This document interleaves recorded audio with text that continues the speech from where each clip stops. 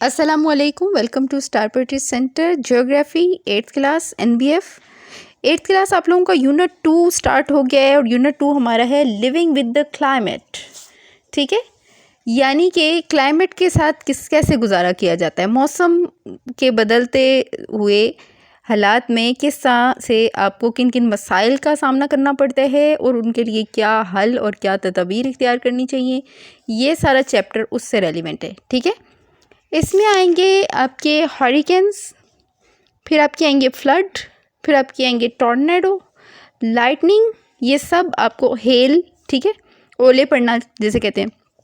ठीक है, तो हम ये सारा इसमें पढ़ेंगे। तो इसमें सबसे पहले हम ये देखते हैं कि इसमें क्या क्या चीज़ें नॉलेज में ये दे रहे हैं। Investigate some examples of the extreme weather on the earth and its reasons. ठीक है, इन्वेस्टिगेट करें एग्जाम्पल की एक्सट्रीम वेदर ज़मीन पर क्यों होता है, उसके अंदाज़े लगाएं और इसकी वजूहात बयान करें। Recall the main causes of the climate change, recall करें मेन काजेज़ को क्लाइमेट चेंज के। Identify the consequences of global warming, यानी कि ग्लोबल वार्मिंग के कॉन्सिक्वेंसेज का पता करें। Explore way of preventing global warming, ठीक है, ये भी ग्लोबल वार्मिंग के हवाले से, ग्लोबल वार्मिंग मैंने साइंस में भी आपको पढ़ाया हुआ है। Explain the relationship between extreme weather and climate change.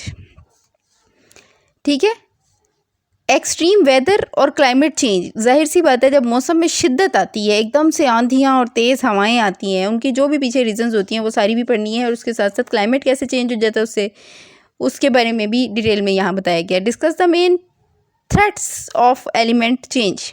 ठीक है, मेन थ्रेट्स कौन सी होती हैं जो क्लाइमेट चेंज कर देती हैं। Identify veg in which climate change effects life in general, उन तरीक़ों को पहचानें जो कि क्लाइमेट को चेंज कर देते हैं और वो मुतासिर करते हैं जनरली लाइफ को। Differentiate the climate patterns of a national and international city Karachi and New York. Climate patterns जो हैं वो नेशनल और इंटरनेशनल सिटी, यानी कि कराची और न्यूयॉर्क, कराची तो नेशनल सिटी है हमारा और न्यूयॉर्क जाहिर सी बात है इंटरनेशनल सिटी है, तो इन दोनों के क्लाइमेट्स का कंपैरिजन करें आप।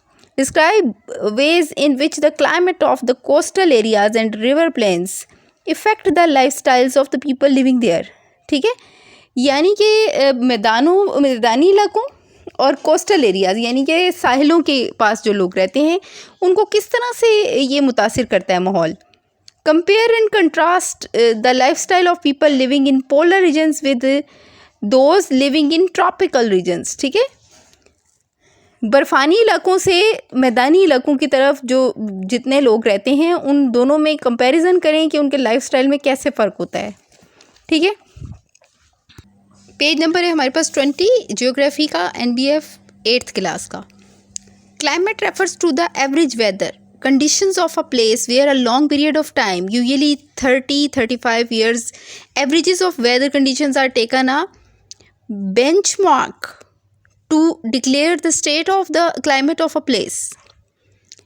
क्लाइमेट जो है ना वो रेफ़र करता है एवरेज वेदर कंडीशंस को, ठीक है, किसी भी जगह की, over a long period of time, यानी कि जो मौसम उस इलाके में ज़्यादा अरसे तक रहता है, ज़्यादातर 30 से 35 साल औसतन इसकी एज समझ जाती है। Of weather conditions are taken a benchmark of the declare the state of the, उस 30 से 35 साल तक का जो एवरेज वेदर होता है ना, वेदर कंडीशंस होती हैं, यानी कि भाई कहाँ पे तूफ़ान आते हैं, कहाँ पे सैलाब आते हैं, कौन से इलाके में जो है वो आंधियाँ आती हैं, तूफ़ान आते हैं, इस लिहाज से ये बात कर रहे हैं कि 30 से 35 साल तक ऑब्ज़र्व करने के बाद उस जगह के बारे में अंदाज़ा लगाया जाता है कि यहाँ का क्लाइमेट कैसा है। ठीक है, weather is the state of the atmosphere of a place. देखिए ये एक डेफिनेशन भी बन जाती है, अगर आप इसे देखें तो ये वेदर की बड़ी अच्छी डेफिनेशन बन जाती है। वेदर इज़ द स्टेट, हालत है, of the atmosphere of a place, किसी भी जगह के माहौल की हालत। ठीक है, एट अ गिवन टाइम, दिए हुए मखसूस अरसे में। It refers to the conditions of the atmosphere at a specific place where a short period of time, over a short period of time. ठीक है, ये रेफ़र करता है एटमॉस्फेयर की कंडीशंस को ख़ास जगह पर, स्पेसिफिक प्लेस कहते हैं, over a short period of time, कम अरसे में। Extreme weather on the earth, deviation from regular weather patterns leads to extreme weather और एक्सट्रीम क्लाइमेट। ठीक है, रेगुलर वेदर के जो पैटर्न्स हैं ना, ये जब रास्ता बदलते हैं ना तो एक्सट्रीम वेदर एक्सट्रीम क्लाइमेट बन जाता है। ठीक है, these events include unexpected, unusual where और अनसीजनल वेदर। ठीक है, इससे क्या होता है कि ये मौके जो है ना, ये गैर मुतवक्का, गैर मामूली और नहायत ही शदीद किस्म के और बेमौसमी हालात बन जाते हैं। ठीक है, extreme weather is a deviation of weather. ठीक है, एक्सट्रीम वेदर किसे कहते हैं हम? शदीद मौसम, मौसम की शिद्दत किसे कहते हैं? बदलने को, तब्दीली आने को डेविएशन कहते हैं, तब्दीली आना मौसम के अंदर। In terms of intensity from the range that has been seen in the past. ठीक है, माजी में देखी जाने वाली उस मतलब कि जैसे कहीं पे तूफ़ान आते हैं ना, तो ये देखा जाता है कि यहाँ पे कितनी हद तक का तूफ़ान आता है। दरअसल इस लाइन से मुराद इनकी ये है। ठीक है, ये जो इलाका है कोई मखसूस इलाका है जहाँ पर टॉर्नेडोज़ आते हैं, साइक्लोन आते हैं, या कोई चीज़ बहुत शिद्दत से आती है, ज़लज़ले बहुत ज़्यादा आते हैं, तो ये देखा जाता है कि कितनी ऊंची सतह तक जाता है ये काम। ठीक है, और कुछ इलाकों में अगर कम आते हैं तो ये देखा जाता है कि कभी ये शिद्दत तो नहीं इख्तियार कर जाएंगे। हरिकेन्स जो है ये समुद्री तूफ़ान होते हैं। Hurricanes are a type of extreme weather. Hurricane शदीद मौसम की एक किस्म है। हरिकेन्स आर गेंट, बहुत बड़े होते हैं। Spiralling tropical cyclones. ठीक है, क्या मतलब कि स्पायरल की शक्ल में, स्पायरल आपने अगर कभी कोई तार देखी हो या शेप देखी हो, बच्चों को जब हम लाइन सिखाते हैं ना, लाइंस, तो उसमें स्पायरल लाइंस भी होती हैं, जैसे स्प्रिंग नहीं होता, इस तरह से। ठीक है, साइक्लोन होते हैं, ये साइक्लोन कहते हैं तूफ़ान को। They include strong winds of over 252 kilometres per hour. ठीक है, आप नीचे देखेंगे ना तो आपको kph नज़र आएगा, तो ये इसी का शॉर्ट है, किलोमीटर पर आवर का। ठीक है, दे इंक्लूड, इनमें शामिल है स्ट्रॉन्ग विंड्स ऑफ ओवर, कौन सी इस शदीद किस्म की हवाएं जो 252 किलोमीटर पर आवर के हिसाब से चलती हैं। दे प्रोड्यूस्ड हैवी रेन्स, वो प्रोड्यूस करती हैं heavy rains. They are caused by intense heating of sea surfaces, वो वजह बनती हैं शदीद दर्जा हरारत बढ़ाने की सी सरफेसेस में। ठीक है, बहुत ज़्यादा तेज़ हवाएं चलती हैं, उनकी इतनी ताकत होती है कि वो हीट बढ़ा देती हैं। ठीक है, कहाँ पर? सतह पर, कौन सी? समुंदर की। ठीक है, strong convective uplift of air. Convective एक हालत होती है, साइंस में मुख्तलिफ सब्जेक्ट्स में इसको मुख्तलिफ तरह से देखा जाता है, लेकिन दरअसल इन सब में इसका एक ही मतलब होता है, और वो ये होता है कि इसमें किसी फ्लड या गैस के ज़रिए, ठीक है, हीट का, चाहे वो गैस की वजह से हो या फ्लड या मतलब कि लिक्विड की फॉर्म में हो, हीट का गर्म जगह से ठंडी जगह पर चले जाना। ठीक है, हवा गर्म होके ना ऊपर उठ जाती है और नीचे की हवा को ठंडा कर देती है। ठीक है, नीचे का एटमॉस्फेयर जो है ना वो ठंडा कर देती है। इस तरह से इसका हिसाब होता है। इसको कन्वेक्टिव, आपको ये इसकी बाकायदा डेफिनेशन भी मिल जाएगी। ठीक है, तो ये वो वाली हवाएं होती हैं। And high moisture content in air. ठीक है, और हाई मॉइस्चर कंटेंट होता है हवा के अंदर। ठीक है, यानी ये बहुत ताकतवर हवाएं होती हैं जो सब कुछ एकदम से बदल के रख देती हैं। डू यू नो में आप देखेंगे ये सीधी सी बात है। ये कह रहे हैं कि एक हॉरिकॉन के आया था, ये कैटरीना के नाम से कह रहे हैं, जिसने एक पूरा शहर तबाह कर दिया था, जिसका नाम था न्यू ऑर्लिन्स। ठीक है, जो कि कैटेगरी नंबर 5 पर पहुंच गया था। ये 5 कैटेगरीज दी गई हैं। इससे मैंने आपको बताया था कि MPH क्या है, मीटर पर और। ठीक है, तो बाकी सारा आप देख लीजिएगा, ये कोई मुश्किल चीज़ नहीं है। फ्लड पे आ जाते हैं। फ्लड किसे कहते हैं? Flood happens when there is heavy rainfall in a short time. सैलाब तब आते हैं जब हैवी रेनफॉल यानी बारिशें होती हैं इन अ शॉर्ट टाइम, बहुत कम अरसे में, यानी कि मुसलसल बारिशें होती हैं। ठीक है, ऊपर तले बहुत तेज़ भारी बारिशें होती हैं और बहुत ज़्यादा पानी हो जाता है। रिवर वाटर्स, दरियाओं का पानी, फ्लोज बियॉन्ड द नेचुरल और artificial levees onto the land in either side of the natural levees। ठीक है, दरियाओं का पानी जो है वो ये लीवीज होते हैं, ये लेवीज होती हैं, ये दरियाओं के बंद को कहते हैं। दरियाओं पे जो बंद बांधे जाते हैं ना, उसको कहते हैं। ठीक है, ये आर्टिफिशियल भी होते हैं और ये नेचुरल भी होते हैं। आर्टिफिशियल जाहिर सी बात है, जो इंसान खुद बनाते हैं, दरियाओं के गिर्द जो बंद बांधते हैं ना इंसान, वो आर्टिफिशियल लेवीज होते हैं। और जो नेचुरली कुदरती तौर पे अल्लाह ताला की तरफ से बने हुए होते हैं, उनको नेचुरल लेवीज कहते हैं। Flooding in urban areas is caused by the overflowing of drain water. Urban areas में फ्लडिंग जो है वो किस वजह से होती है? ड्रेन वाटर जो है ना उसकी ओवरफ्लोइंग क्या होती है? बढ़ जाना पानी का। ड्यूरिंग हैवी रेन्स, बहुत ज़्यादा बारिशों की वजह से, शदीद बारिशों की वजह से जब पानी ओवरफ्लो हो जाता है समुद्रों में, दरियाओं में, ख़ास तौर पे फ्लड दरियाओं में आते हैं। ठीक है, समुद्री तूफ़ान को तो मैंने आपको बताया ना हरिकेन कहते हैं, तो फ्लड जो है वो दरियाओं में आते हैं। टॉर्नेडो आ गया। Tornadoes are vertical funnels of rapidly spinning air. Tornadoes क्या होते हैं जी? ये हवा का गोला होता है एक। ठीक है, ये गोल गोल चक्कर वाली हवा होती है जो इतनी ख़तरनाक हो जाती है कि सब कुछ अपनी लपेट में ले जाती है, और जिन जगहों पर ये आती है वहाँ पे ये कुछ भी नहीं छोड़ती, बहुत तबाही लगती है इससे। ये भी तूफ़ान की एक किस्म है। They are form due to extremely low air pressure. ये बनना शुरू होती हैं पहले थोड़ी हवा से, ठीक है, लो एयर प्रेशर से, निचले एयर प्रेशर से, and strong convective uplift of air aided by jet streams in the upper troposphere. ठीक है, ट्रोपोस्फेयर से मुराद है ज़मीन की ऊपर की सतह। ठीक है, जेट स्ट्रीम कौन सी होती हैं? बहुत ताकतवर किस्म की हवाएं। ठीक है, तूफ़ानी हवाएं।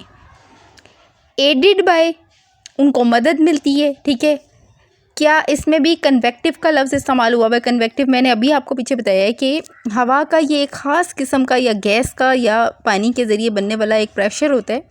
ठीक है, जिसमें हवा गर्म होकर ऊपर उठती है। ठीक है, और नीचे की हवा ठंडी हो जाती है, तो ये ख़ास हीटिंग पॉइंट होता है इसका।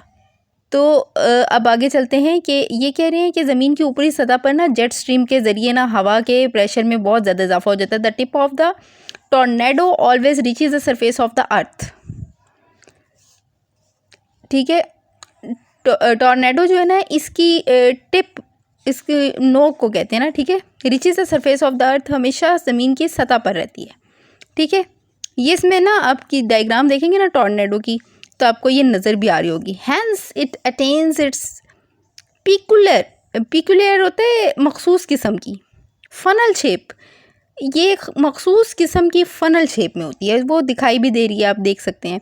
Tornadoes are accompanied by cumulonimbus clouds.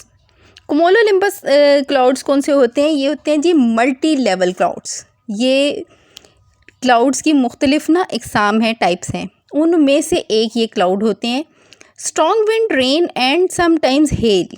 ठीक है, स्ट्रॉन्ग विंड, बहुत ज़्यादा मजबूत किस्म की हवाएं, ताकतवर हवाएं, बारिशें, और कभी कभार हेल, आपको पता है ना कि ओले पड़ने को कहते हैं।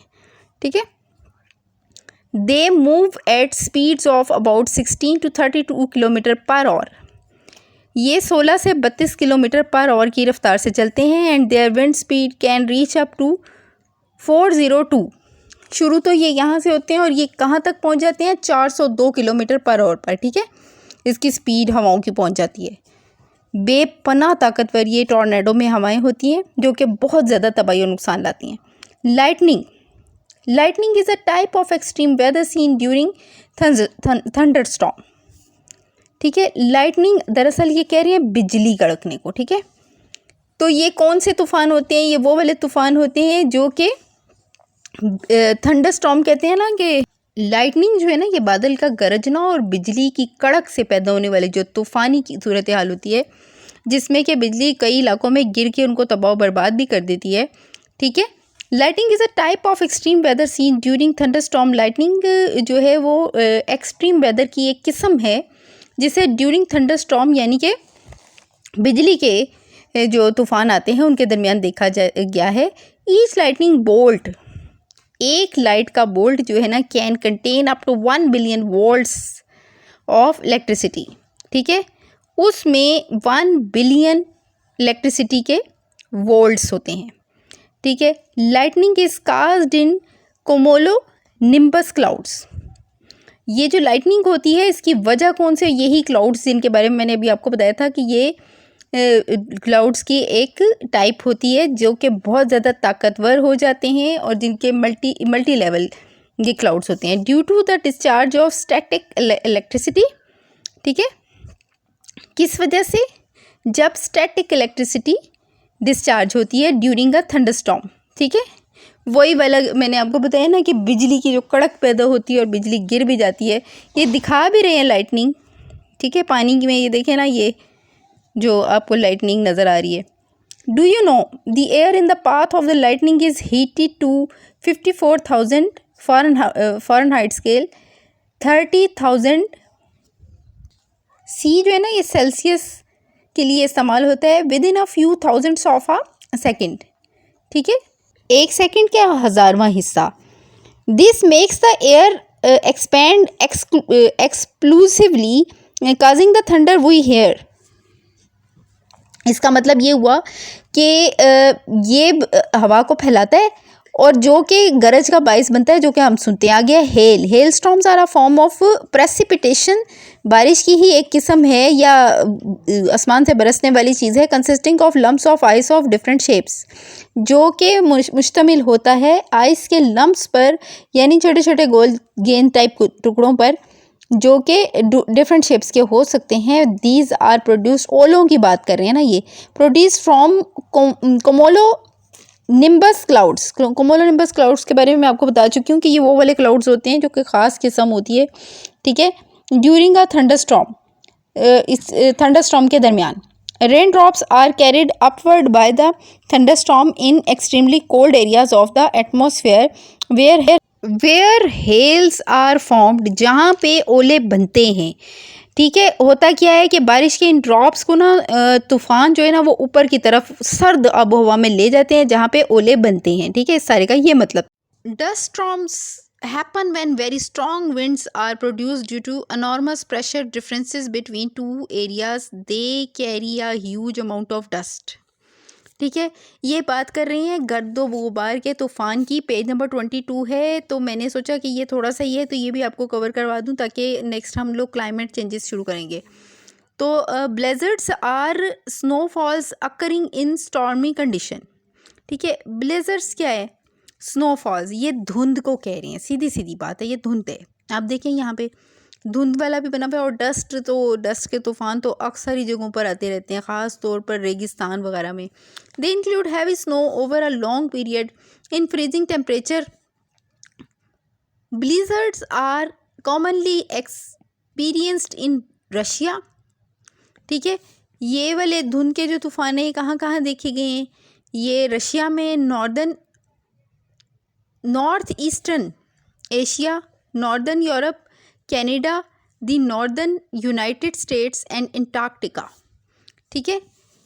नॉर्दर्न यूनाइटेड स्टेट में, कनाडा में, यूरोप में, एशिया में, सब नॉर्दर्न पार्ट्स में, ठीक है। रशिया में और अंटार्कटिका में। इनके नाम आपने ध्यान से याद रखने हैं, हर चीज़ को साथ साथ याद करते रहें वरना आपको बहुत प्रॉब्लम होगी इकट्ठा सारा कोर्स कवर करने में। तो बेटा अभी तो हम लोग ये रिकॉर्ड कर ये आपको दे रहे हैं ना, तो आप इससे फ़ायदा उठाएं। आप इसे पूरे लेक्चर को ध्यान से सुना करें, ये आपके काम आएगा। और एक और बात आपको ये कहनी है कि इसमें ना छोटे छोटे सवाल आप बनाने की आदत डालें। ये सब्जेक्ट इस तरह नहीं पढ़े जाते हैं, ये सब्जेक्ट इस तरह पढ़ते हैं कि इनमें से आप कहेंगे कि व्हाट इज़, खुद ही अपने आप से सवाल करें कि व्हाट इज़ ब्लेजर्ड्स, ठीक है, व्हाट आर डस्ट स्टॉर्म्स, ठीक है। जिस तरह से आप गूगल सर्च करते हैं तो उस पर हर चीज़ की अलग अलग डिटेल आई होती है ना, इसी तरह से आप छोटे छोटे सवाल खुद बनाएं। अगर आपके टीचर्स आपको नहीं करवाते इतनी डिटेल में चीज़ें तो आप खुद से करें, क्योंकि आपका फ्यूचर आपके हाथ में है। मुस्तकबिल में ये आपके काम आएंगे, आप आगे जब पढ़ेंगे तो आपको बहुत आसानियाँ होंगी, ठीक है। तो अल्लाह ताला आप सबके लिए आसानियाँ करे। मुझे इजाज़त दीजिए, अल्लाह हाफिज़।